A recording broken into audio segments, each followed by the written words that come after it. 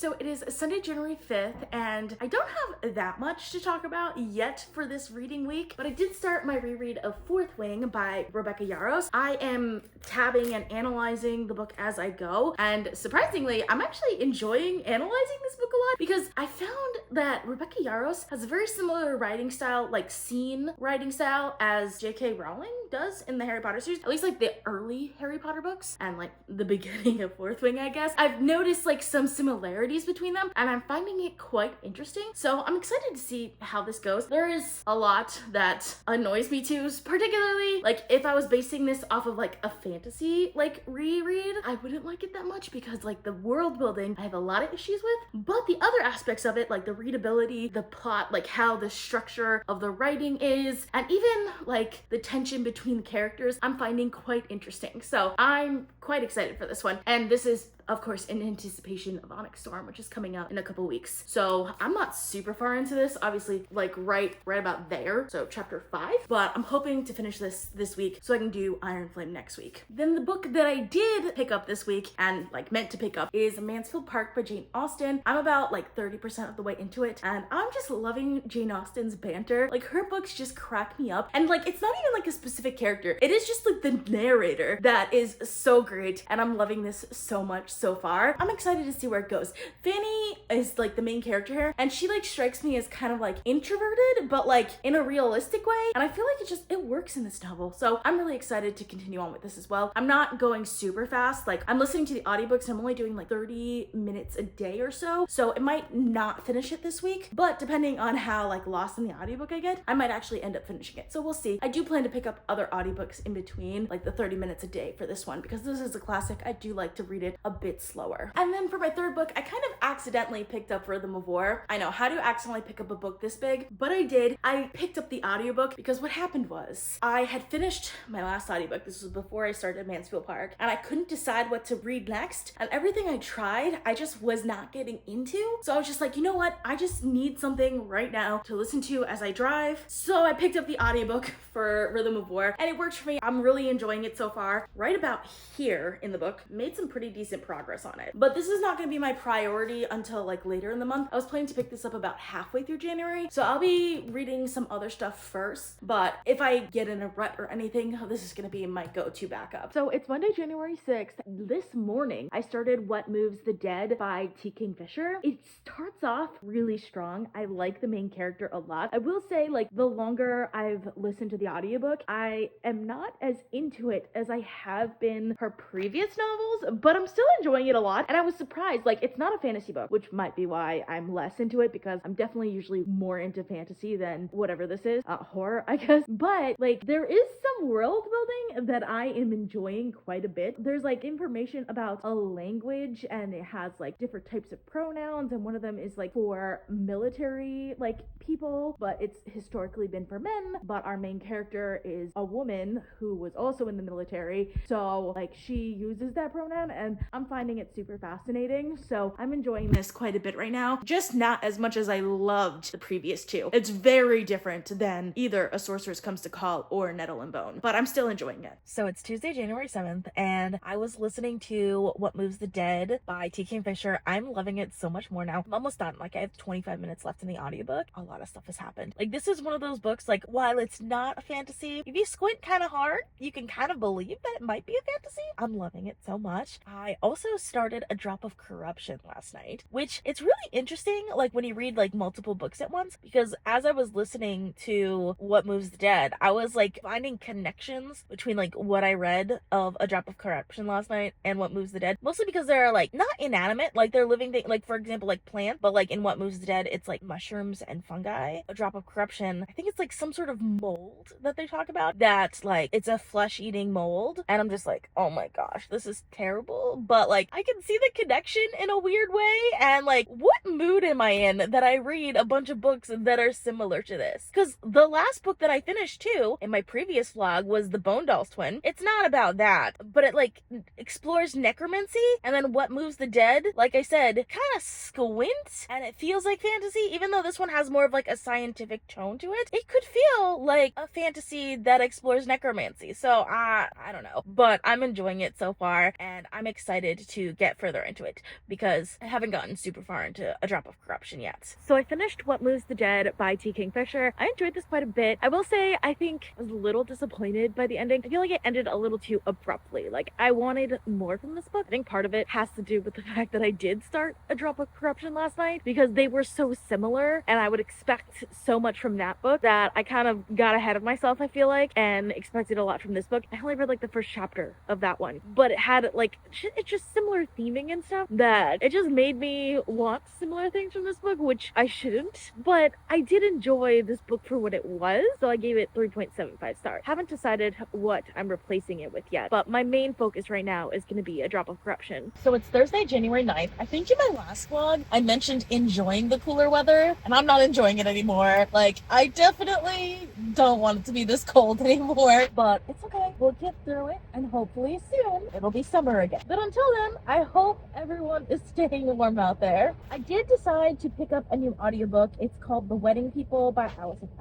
I actually literally bought the book of the month of this for my next box, but then I got it from the library on audio like right afterwards, and I was just like, I kind of want to read the audiobook even though I had planned to read the physical book. So I started the audiobook. I'm enjoying it so far. I haven't made a whole lot of progress on my other books. I've been just super busy this week and it just has not worked out. I made a little bit of progress on A Drop of Corruption and I'm enjoying it so far, but I keep falling asleep. It's nothing to do with the book. It's just the time of day that I'm reading it and the fact that I'm just really tired at the time, but I am enjoying it so far. Hopefully over the next couple of days I will get more time because tomorrow's Friday and then we have the weekend, which I'm excited about. So it's Friday, January 10th, and yesterday I did finish The Wedding People by Alison Espach. I enjoyed this so much. I did not know what to rate it after I just finished it because it's one of those books where I knew my enjoyment of it was just so high after having just finished the book that like I wanted to give it 5 stars. Like I wanted to give it 5 stars, but I knew that looking back on it, while I did enjoy it in the moment, I feel like it's one of those books that I might forget a lot of the details in like future days and months and years. So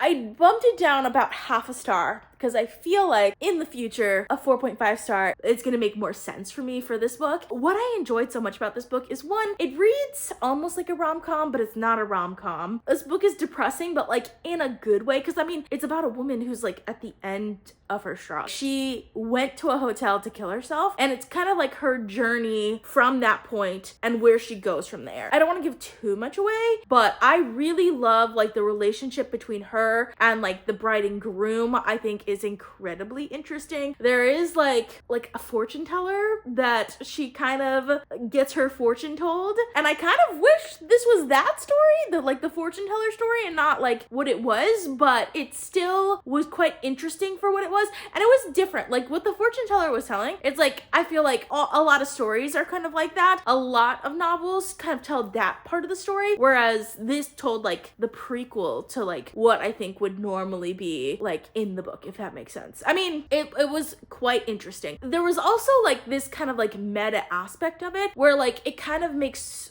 fun, not completely, but like kind of makes fun of like literary fiction and like the type of people and like the type of banter that you see in literary fiction, while also like having all of those things. And I liked that aspect of it. I thought it was quite interesting the way it kind of criticizes that aspect of fiction while at the same time using it. So it worked for me in a weird way. I really like this. I might start reading more literary fiction because this is, I don't think it's really like a super literary fiction. Like I feel like it's between like literary fiction and like a more like contemporary novel. Like just having a little bit of those aspects of literary fiction made me kind of want to read more literary fiction because I did like how it was written and like the emotional like ups and downs that it went through and the themes that it introduced I found incredibly interesting.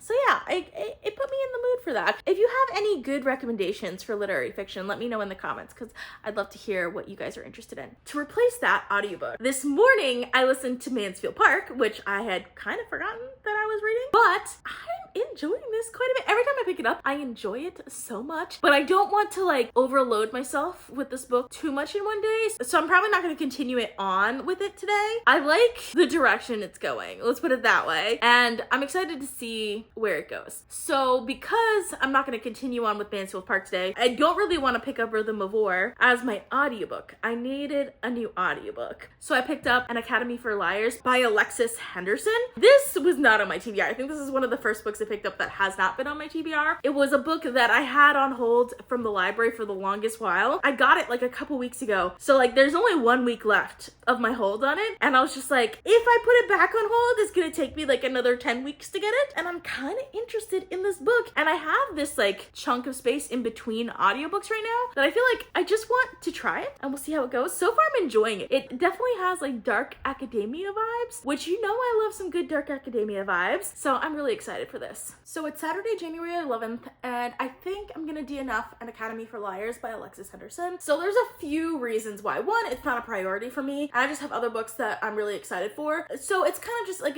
a distraction for me from other books that I'm excited for. But like if it was a good distraction, like The Wedding People was kind of a good distraction, I would still continue on with it because it's an audiobook. So like I don't have to like put a lot of effort into reading it, but I'm finding that I'm not enjoying it as much as I was expecting to. Part of it is I don't think it met my expectations for a few things. And mind you, I didn't have very high expectations at all. Like the only thing I knew about this book was one, its book cover is dark, it's slightly ornate, and it's called An Academy for Liars. That's literally all I knew about this book. Oh, and then I saw a blurb that mentioned the word persuasion. So like those are the three things that I knew about this book going into it. So I didn't have very high expectations, but I knew it was gonna be like a dark academia novel and there was gonna be some sort of deceit involved because liar and persuasion are words that I'm like associating with this novel. And I think the Academy of Liars, like the title is meant to be some sort of metaphor because there's not a whole lot of lying going on in this novel. I expected it to be almost like learning about deceiving people, if that makes sense. But it's nothing like that at all. Like persuasion is just like what the magic is called. And it's a pretty generic magic, at least in my opinion. So it doesn't feel like the only deceit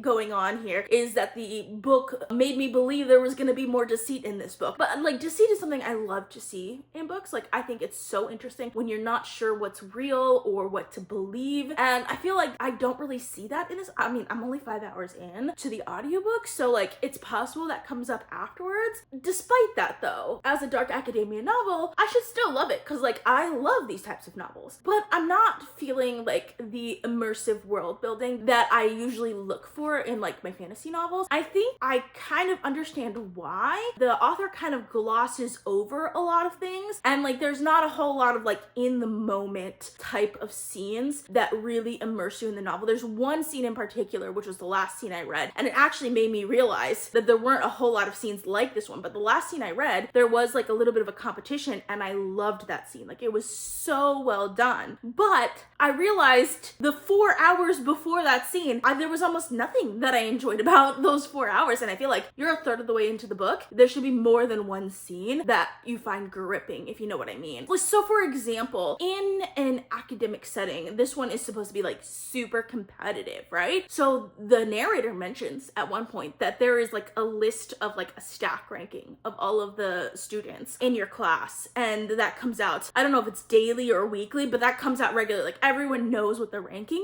is. So I feel like that could have been a lot more interesting if we got a scene where our main character actually sees that stack ranking for the first time or something like that. In a completely different part of the novel, we found out, oh, our main character's grades are just like absolutely terrible. So I feel like it could have been a really interesting, immersive scene. If you put those two facts together, create a scene from that of her learning about the stack ranking, going up and actually looking at it, and then realizing she's at the bottom of the list, realizing that she's actually at the worst in her class. And that could have been a very motivating scene that made us really emotionally invested in the character, but we never really got that. There's also like a relationship that's happening in this book. It's very casual and again, completely glossed over. So like, I'm not really invested in that relationship whatsoever. And then in the last scene that I read, there's this competition where they have to compete against one another. And this should be super high stakes. And I should be so emotionally invested in like these characters who obviously don't want to compete with each other, but then have to. I kind of didn't care about it. I was just like, oh, okay. I don't care who wins this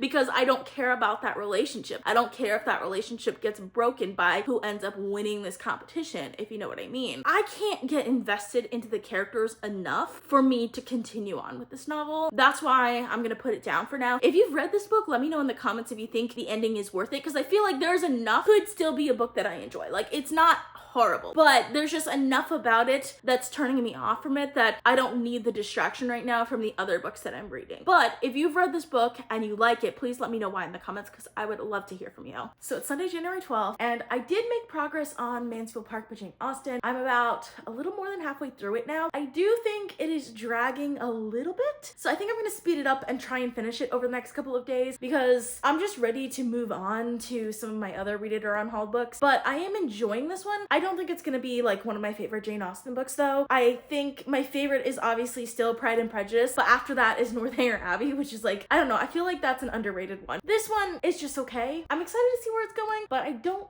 think that I like the romance in it, if you can even really call it romance.